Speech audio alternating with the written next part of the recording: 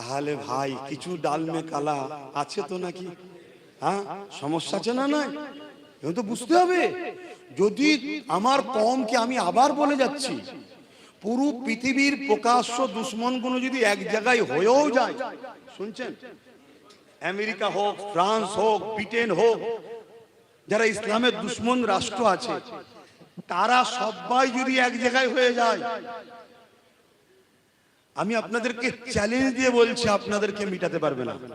বলুন সুবহানাল্লাহ। রাসূল বলছে, আমার ভয় হচ্ছে আমার উম্মতকে একদল মুসলিম মুনাফিকরা বন্ধু সেজে থেকে আমার উম্মতকে না মিটিয়ে দেয়, পিঠে ছুরি মারে কাছের লোকেরা। কথা কি ভুল বললাম? এই মুনাফিকটা চেনার নমুনা কি? এই মুনাফিক চেনার নমুনা হলো এটাই, সে ধর্মের পক্ষে দাঁড়াবে না, ওজন ধর্ম বিদ্বেষীদের হয়ে লড়াই করবে। এক কথা শুনছেন? আর ধর্মের পক্ষে যদি কেউ কথা বলে, তখন বলবে ইরা বড় গুড়া, ইরা মৌলবি না কি সব বলে না। আরে বলবেন তো, কথা বুঝে আসছে নাকি? তার বিরুদ্ধে বলবেন কেন? এদেরকে মূলত রাখা হয়েছে। আমি আপনাদেরকে আরো একটু বলি, এই সুযোগে কারো অসুবিধা থেকে চলে যেতে পারেন ভাই। অনেক লোক আছে দেখবেন ভেজ পছন্দ করে, অনেক লোক আছে দেখবেন নন ভেজ পছন্দ করে, অনেক লোক আছে দেখবেন শর্ট মাইন্ডেড, অনেক লোক আছে দেখবেন হট মাইন্ডেড। তো বাজারে দুটো টিমই আছে। প্রকাশ্য দুশ্মন হচ্ছে হট মাইন্ডেড, মুসলিম সেদের মধ্যে বা মুসলিম সমাজ যারা সফট মাইন্ডেড, তাদেরকে ধরার জন্য কিছু মুনাফিক মুসলমান হট মাইন্ডের লোকেরাই নামিয়েছে। কথা বুঝে আসছে? কেন? যাতে করে নোটটাও আমার ঘরে আসে, খুচরোটাও আমার ঘরে আসে। বাজারে যদি দুটো দোকান থাকে, যে ভেজ পছন্দ করে ভেজ খাবে, যে নন ভেজ নন ভেজ, আর মালিক যদি একজনই হয়, দিনের শেষে পয়সাটা কে পাবে? ওদের সেন্টারে বসে আছে নন ভেজ, আর রাজ্যে ভেজ, মালিক একটাই নাগপুরে বসে আছে।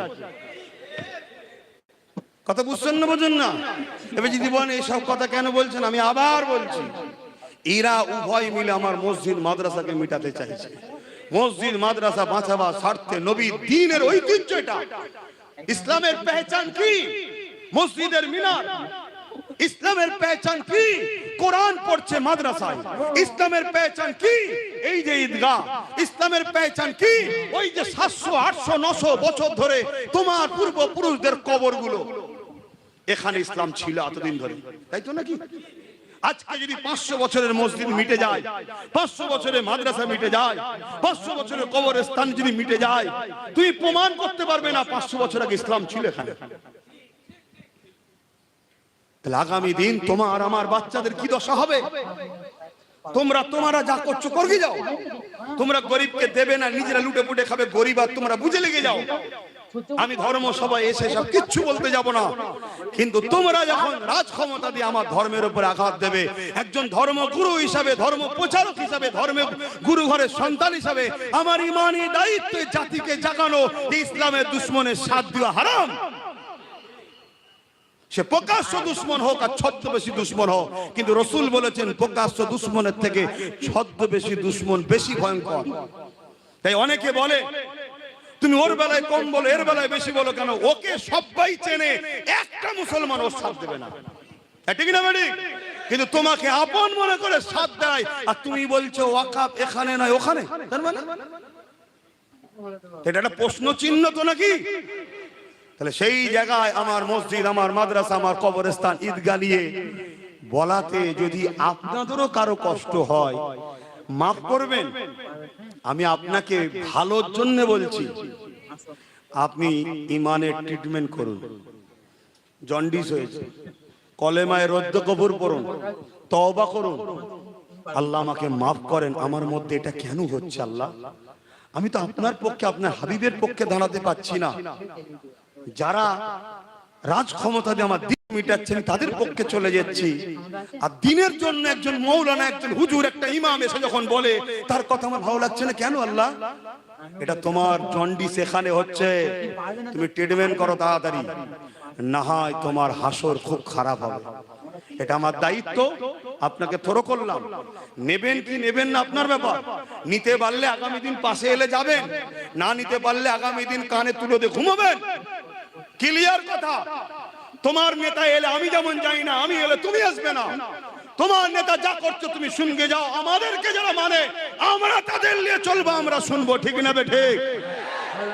আর যদি বলো যে না আমার পুলিশ আছে, আমার মিলিটারি আছে, আমার এই আছে ওই আছে, তোর যা আছে থাকবে, যা তোর পরমাণু বোমাও থাকলে থাকতে পারে, আমাদের কিচ্ছু লাগবে না। আল্লাহু আকবারই যথেষ্ট। জোরে বলুন সুবহানাল্লাহ, আরো চিৎকার দিয়ে বলুন সুবহানাল্লাহ, একবার নারা দিয়ে বলুন আল্লাহু আকবার, হাত তুলে বলুন আল্লাহু আকবার, আল্লাহু আকবার, আল্লাহু আকবার, আল্লাহু আকবার, আল্লাহু আকবার, আল্লাহু আকবার, আল্লাহু আকবার, আল্লাহু আকবার।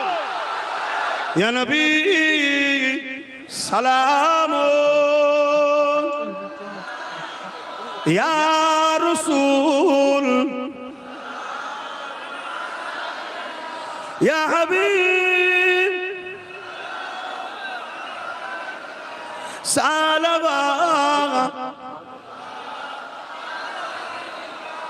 কঠিন হাসরের দিনে কি আছে মোদের কপালে,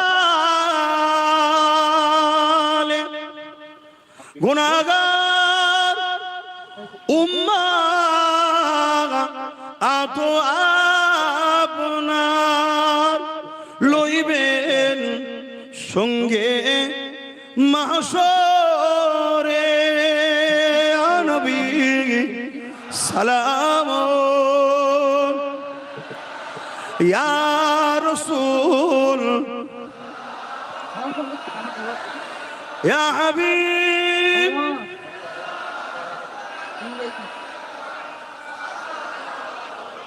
আজকে তো ভাত খেতে চিনিতে পড়িল আল্লাহ আরো বাণী, বহালো দুঃখে এ রজনী, হইল জগৎ অনুরানী, আমিনার নয়নের মনি। ইয়া নবী সালাম, ইয়া রাসূল, ইয়া হাবিব।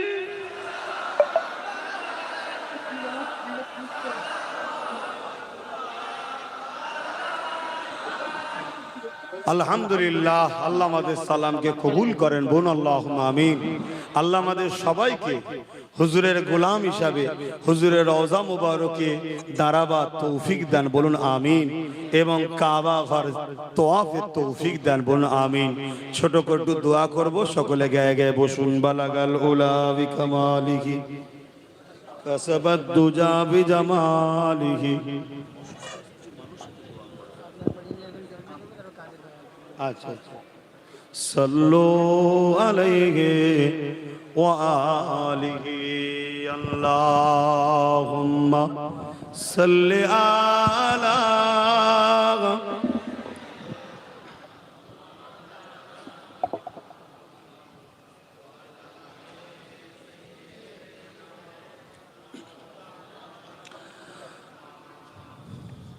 फलक के नजारों, ज़मी के बहारों, खुशी सब मनाओ, हुजूर आ गए हैं। सब मिलके पढ़िए, हुजूर आ गए हैं, हुजूर आ गए हैं, हुजूर आ गए हैं, हुजूर आ गए हैं। ओटो गम के माँ सगारो खबर ए सुनाओ हुजूर आ गए हैं हुजूर आ गए हैं हुजूर आ गए हैं हुजूर आ गए हैं हुजूर आ गए हैं। এখানে হুজুর বলতে আমার নবী নবী এসে গেছেন কে 12 রবিউল আউয়াল সোমবার শুভে সাদেকে আগে এসে গেছে। अनोखा निराला ओ जी सनाया अनोखा निराला ओ जी सनाया सारे नबियों का सुल्तान आया। बोलूं सुभान अल्लाह। আমার নবী যত নবী আছে সবার সুলতান, জোরে বলুন সুবহান আল্লাহ। এগুলো কি আমাদের জন্য খুশির বিষয় নয়? হ্যাঁ, ইনশাআল্লাহ আমরা জান্নাতে যাব, বলুন ইনশাআল্লাহ। হ্যাঁ, বাপের সঙ্গে সন্তান যদি ঠিকভাবে কথা নাও শোনে, ভুল যদি করে ফেলে, বাপ কিন্তু রাগমুখ করে, কিন্তু তাড়িয়ে দেয় না। কিন্তু সন্তান যদি বাপের দুশ্মন হয়ে যায়, সে বাপ কিন্তু আর রাখে না। এখানে বুঝাবার জন্য বলেছি। আমরা হয়তো শরিয়াতের অনেক কথা মেনে চলতে পারিনি, আমাদের ছেলেদের অনেক ভুল আছে, আল্লাহ আমাদেরকে ক্ষমা করেন, বলুন আল্লাহুম্মা আমিন। কিন্তু